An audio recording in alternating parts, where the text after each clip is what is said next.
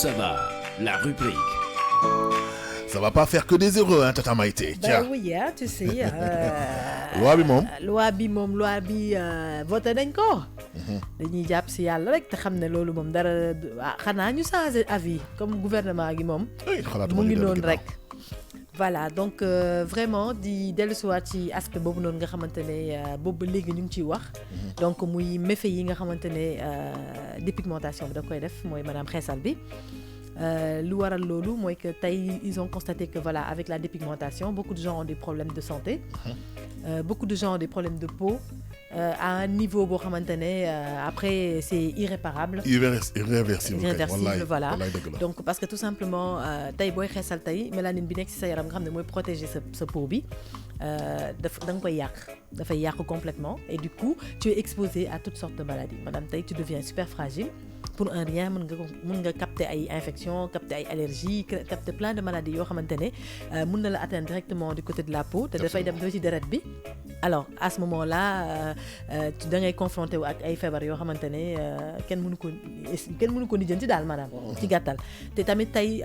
ci ñun ñëpp xam nañ ne xeesal jigéen ñi moo tax ñu koy wax te tey jigéen ñi nga xam ne dañuy xeesal dinañ dem ba tollu benn niveau boo xamante ne tey xam nañ ne jigéen bu ëmbee am na ci ñoo xamante ne tey mënuñu def accouchement normal maanaam ils sont obligés de passer par des césariennes etc.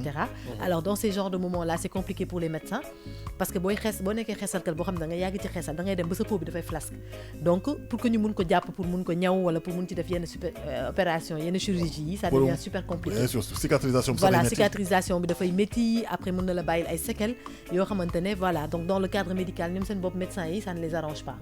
donc moo tax sax boo gisee xeex bi yemul juste ci état bi médecins yeeg ñëpp a ngi ci biir surtout médecins yi sax ñoom ñoo gën a xeex affaire bi parce que xam nañ déjà gàllankoor bi nga xam te ne moom lay def ci santé bi maanaam muy xeesal bi moo waral tey jii nii ñu xeex loi boobu noonu. alors la décision qu'ils ont trouvée parce que comme li ñu doon wax démb rek kenn mënul tere nit tey jii nii mu jël choix wu def benn choix boo xam ne c'est un choix personnel. comme par exemple décider ne tey dafay dem jënd ji diwu xeesal pour xeesal xam nga loolu kenn mënu ko tere kenn ndax toute personne a la liberté de pouvoir faire son choix par rapport ak li muy def mais tey jii nii CNRA ils ont la possibilité au niveau des médias au niveau des réseaux sociaux etc. faire une loi pour interdire la publication de certains produits de ces produits xeesal yooyu noonu justement pour éviter d'inciter trop les jeunes à aller faire du xeesal pour ceux qui ne l'ont pas encore fait. Absolument. xam nga ku ci xas ba dugg ba pare moom kenn mënatu la wax demal wala bul dem yow yaay toog nga xoolal sa bopp def sa choix bopp ne damay bàyyi wala du ma bàyyi. xool conséquences yi voilà xool conséquences yi ne dinaa bàyyi wala nga soit nga ne ci continuer ci wala nga bàyyi. Absolument. mais ñi nga xamante ne dugguñu ci tey jii nii loi bi ñu créé nii nga xamante ne. parce que tey ñëpp xam nañ ne de la communication de la publicité que ce soit à la radio à la télé ou dans les réseaux sociaux ça incite les gens à pouvoir aller vers ce produit. Ça permet de vendre. Voilà, ça permet de vendre. Donc ça incite les gens à aller vers ce produit-là, que ce soit muy xeesal ou leneen ak leneen. Donc tey c'est évident que ne tey jii nii bu ñu éliminer aspect boobu noonu maanaam aspect ou publicité boobu noonu produit yooyu noonu ci médias yi dina wàññi taux bi. même bu dul nekk dina am au moins 30% au moins 30% le tiers au moins 30% dina wàññi 30% de ñi nga xam te ne tey décidé woon nañ dem de jënd ji xeesal. permettre leen à ce que duñu xeesal tout en sachant que ne Sénégal tamit quoi qu'on dise la meilleure communication c'est le bouche à oreille. voilà donc diw nga romb ko ne ko mais yow yaa ngi pop taay sa taay bi toog na xam nga mu ne la man lii laay diwoo nga daw dem jëndi. loolu tam am na fi. donc mais tout en sachant que ne toujours les médias sont les meilleurs porteurs de communication et porteurs de voix les plus rapides. donc tey bu ñu éliminer aspect boobu noonu rek déjà am na benn effort bu mag bu ñu def boo xam te ne ak benn solution boo xam te ne trouvé nañ ko après reste à voir par rapport ak vente bi comment ils vont faire est-ce qu'ils vont trouver la solution pour interdire la vente au Sénégal comme le faut dans certains pays européens presque dans tous les pays en Europe on duñ fa jaay xeesal c'est interdit. Moi je vais même rajouter une chose. Tous les pays en Europe sont interdits. Je vais même rajouter une chose, c'est-à-dire que xam nga Sénégal dañu am comme ni nga ko waxee sànq benn esprit wu communauté dañoo ñëw ne écoute nous sommes un groupe de femmes nous sommes 100 femmes dañu conseillé ci affaire u xeesal ñi naan lii ak lii ak léegi loolu yëpp ñoom dañu jënd haut de gamme yi parce que ñooñu xam nañu produit bi leen arrangé ak bi leen arrangé wu léegi nag grand public bi nga xam ne xamuñu dara bi nga xam ne da ngay ñëw rek ne Samba Ndiaye defal na la publicité que defal na la publicité ay prix yoo xam ne ay 1000 francs 2000 francs mu yàq sa yaram à vie en fait ñooñu la ñu waxanteel alors ça veut dire que déjà sur le plan économique c'est mort pour les importateurs de ce genre de produit là te surtout douane ba léegi dañu gën a cher léegi inflexible si côté boobu duñu duguti mais man je me dis que tey jii nii man je pense que en fait au Sénégal c'est vrai qu'on est arrivé à un niveau où tey jii nii boo déggee xeesalkat ce n'est plus les produits bas de gamme. Absolument. Presque tey ñëpp ñi nga xam ne dañuy xeesal actuellement boo koo ci gis xale boo ci gis léegi rarement ngay gis kuy xeesal am ay taches wala quoi que ce soit parce que ñëpp léegi xam nañ quels sont les bons produits à acheter pour mën a xeesal bu rafet mais le problème ce n'est pas le bon produit parce qu'il y en a pas diw xeesal du bon produit musta nekk bon produit peut-être effet réaction yi ñooy différé rek. des produits éclaircissants dañuy wax daal en fait en général. que peut-être effet yi ñooy différé rek mais il y a toujours des effets secondaires loolu kenn mënu ci dara. Peut-être yéexaay bi gaawaay bi yéexaay bi karang-karang loolooy nekk différence bi mais hormis loolu ils sont tous des bons ils ne sont pas des bons produits. bi jar 1000 francs bi jar 1500 bi jar 25000 ak yëpp a yem. Le problème est que juste effet de réaction yi ñoo différé rek. waaw bëri na fi nag ay jàmbkat ñoo xam te ne ñooy inciter nit ñi ñu jënd parce que ñoom ñooy dem jàmb seen jàmb. ñëw teg ko ci marché bi sama genre gi romb sama xarit. laari nofil di def di fi def xam nga di jàmb ay xeesal ñëw ne ma kaay maytee ma jox la teint bu pop. xam nga maytee sob ba bëgg a dee. malheureusement c'est comme ça que ça se passe. te après le Mayte ku la tooñul bu ko tooñ man si suba ba léegi maa ngi diñ toog jàpp sama ñàmbur man mii ngay waxal ne damay jàmb xeesal damay jàmb te saa yu ma jàmbee nga jënd sangu diwu yow mi fi toog di wax tey na yàq sa der nowewul kenn nag man la waxal parce que fee laa toogoon bu may xool di ma fixé di ma gaaruwaale di ma tooñ. non. xeesal daal moom man en tant que jaaykatu xeesal loi bi ñu tere dañ ko war a dindi gome ko teg ne ndax xam naa ne crayon dong luñ ko bindee du bik. yaa ndax sa bopp une loi qui a été votée et promulguée. voilà nañ appliquer loi bi rek ndax xeesal moom baaxul comme li may te wax bu baax beeg bu cher bi yëpp ñoo ci bokk yam te man li ma remarque bi ma def mooy xeesal bi jar 1000 francs moo la gën a mën a xeesal vite fait ci une semaine nga weex tàll la xamuma nag loolu pour lan.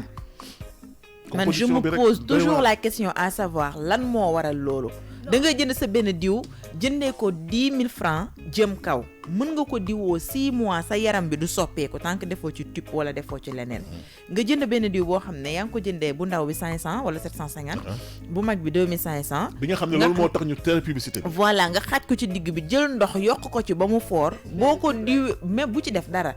boo ko diwoowee une semaine ku lay gis ne la temps yi da ngaa tane ndax xeesal mooy doon loo xam daal jaayaate surtout xale bu jigéen buy doog a xeesal moom da ngay foog ne moom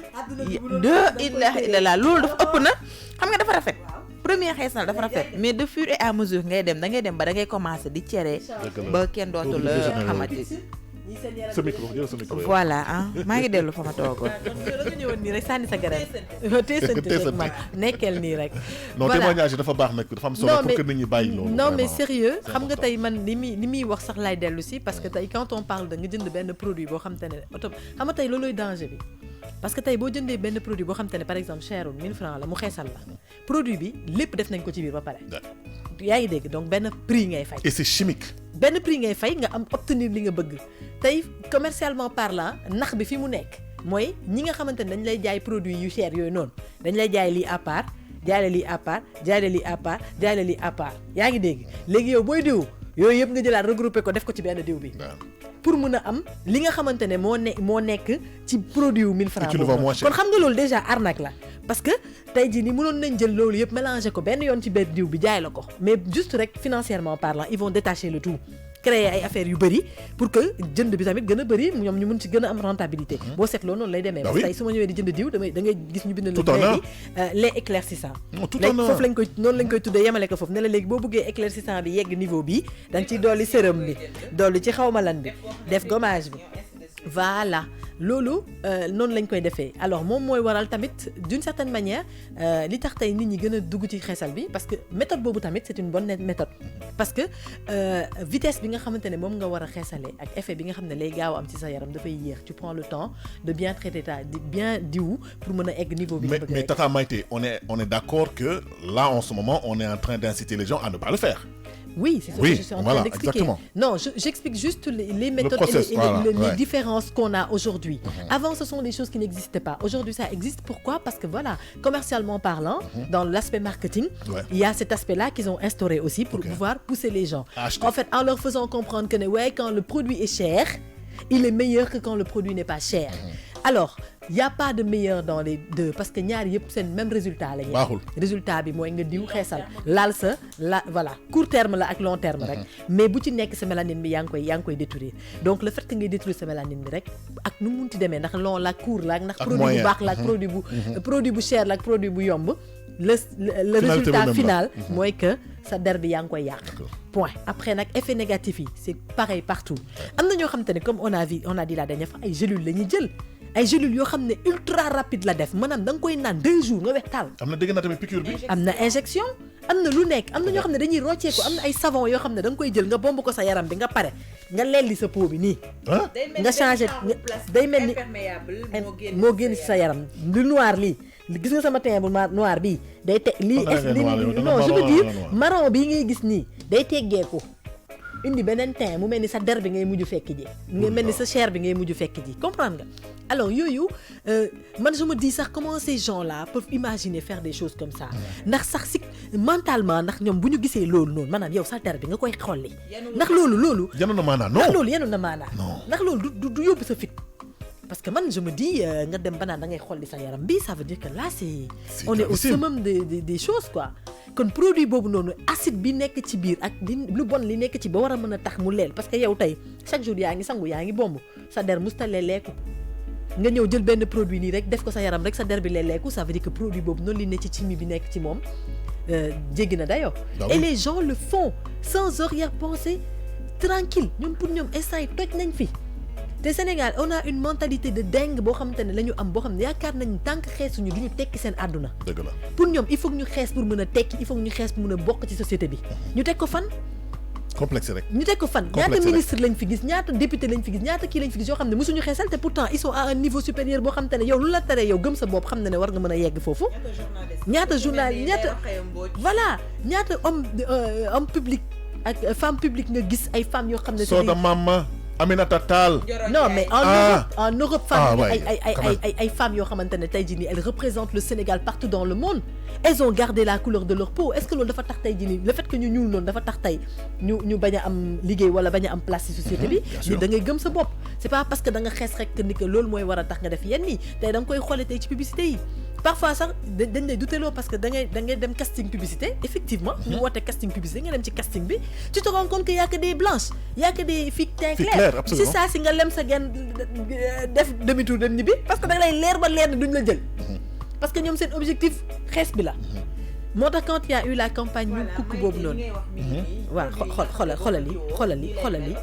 lii xam nga lii dindi na lii xam nga lii cher bee ci des c'est grave xam nga lii kii cheram bi lañ nekk di gis nii gisatuñu peau cher la ñuy gis dafa mel ni nga lakk rek à un certain degré troisième degré lii xoolal lii non may te ñi nga man xam nga lan moo ma ci gën a métti ñi nga xamante ne seen yaram yi day rew yoo xamante ne non dafa ñaaw loolu moo tax léegi xale jigéen yi koo si gis seen lii yëpp tatoué nañ ko seen loxo yi mais dañ koy camoufler xale bu jigéen boo gis mu camoufler yaram tatoué mel ni joué katu film rek réew moo koy bëgg rek si loolu leen yooyu la ñuy def parce que dañuy seetaan ci film yi star yi di def ay tatouage fu nekk ñoom nag ñu foog ne ñooñu amuñu ay réew loolu seen mode de vie la loolu moo leen neex c'est un mode de vie dañoo war a arrêter léegi nag àddina moo ni demee dañoo nekk ci mujjub jamono da ngay dem ba xale góor yi am na si ñenn ñoo xamante ne dañuy xeesal ba weex tàll man gis naa si ñoo xamante ne tey jii bu ma tuddoon seen tur dañuy ñëw dóor si ma fii ba may bëgg dee xam naa ne seen xees bi du si juddu musuñu juddoo noonu seen nday melul noonu seen baay mel noonu en tant que góor nga xëy suba teel jël sa yaram bi xolli ko ba mu weex tàll loolu pour lan koo si wax mu ne la garabu ndoxu siti yu may naan la mais dëkk bi fii ñëpp ñooy naan ay garabu ndoxu siti c'est du bordel dañoo war a arrêter àddina nag boo demee ba góor di def yëfu jigéen laa man loolu xamatuma si daal surtout xeesal moom dafa ëpp baaxul ci jigéen bay baax ci góor te nag gis nga maytee lan moo ma jaaxal da ngay gis koo xamante ne yaayam bi ko jur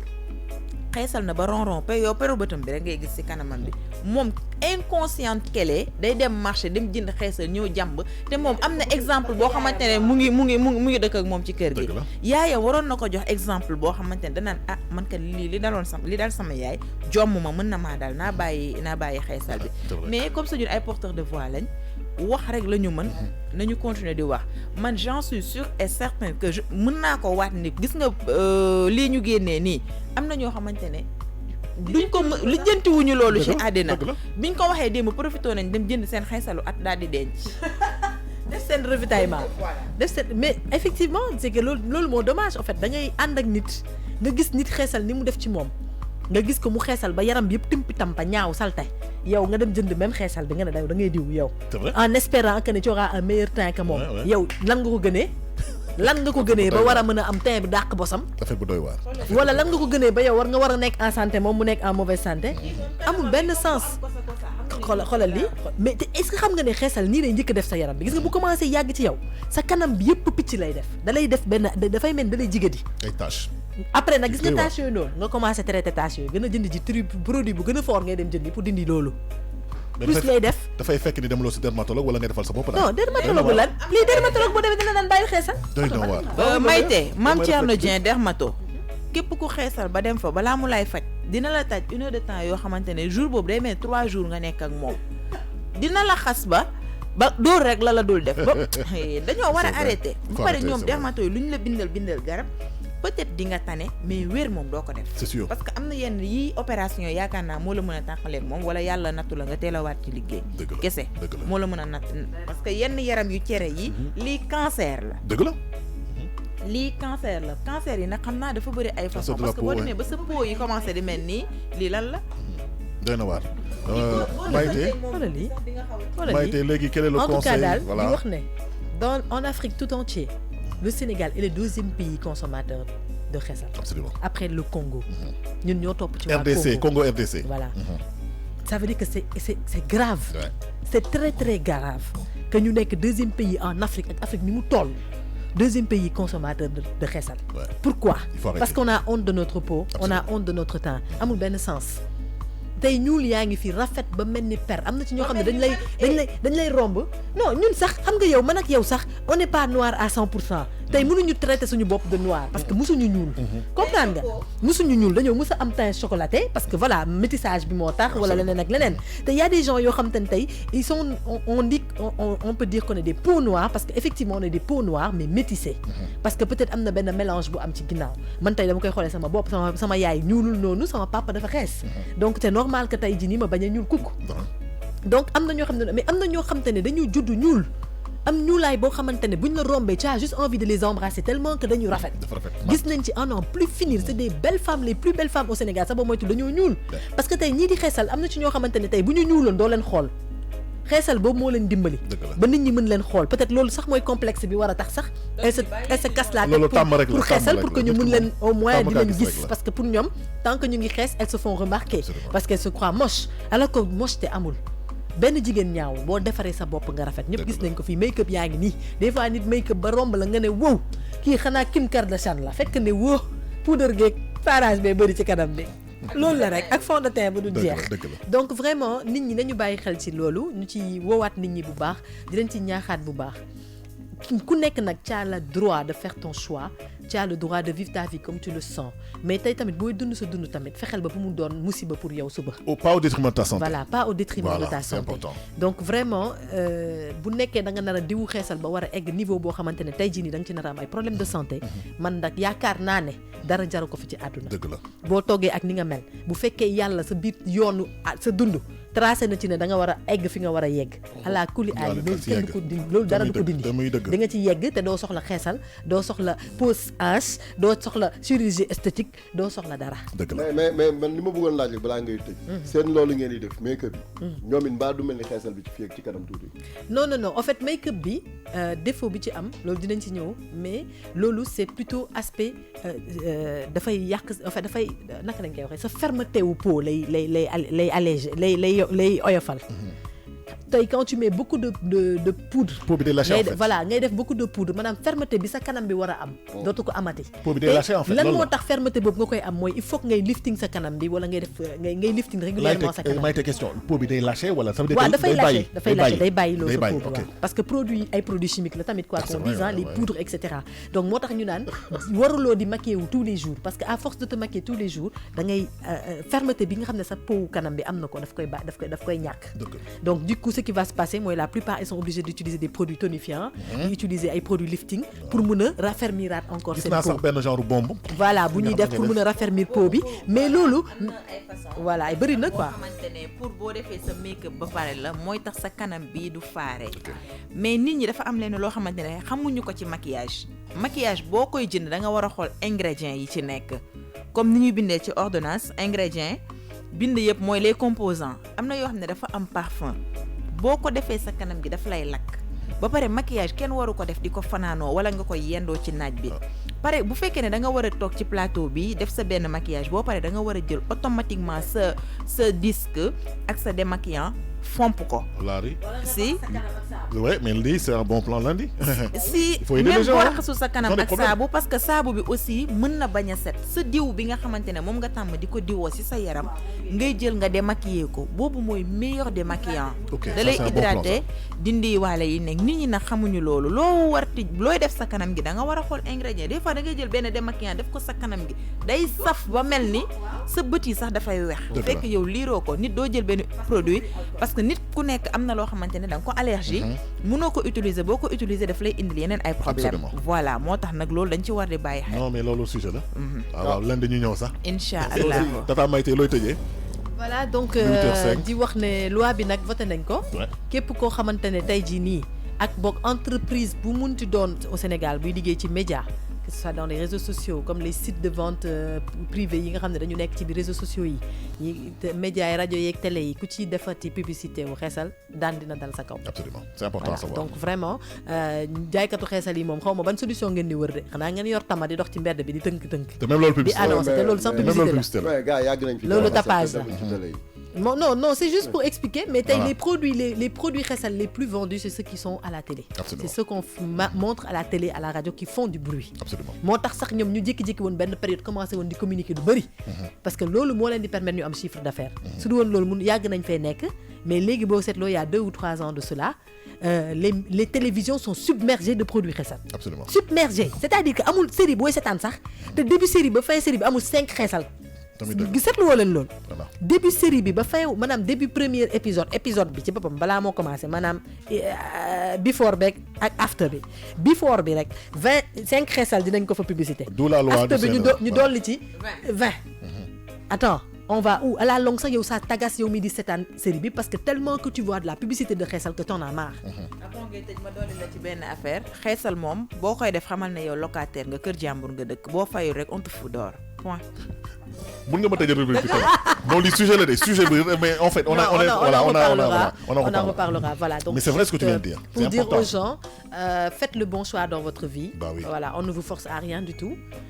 xam ngeen fu muy jaayee xam ngeen li muy def. Waaw. donc ku ci jël sa xaalis tam dem def ko ci tam sa xaalis nga ci def sa bopp la. Sa bopp la waaye de. bu la ci dara dalee tamit. Ah. assumer say conséquences. damay jusqu'au dëgg bout. damay dëgg waaw waaw merci c'est le mot de la fin pour la rubrique santé ñu doon wax si maanaam xeesal ak loi bu ñu voté pour interdire publicité si bépp média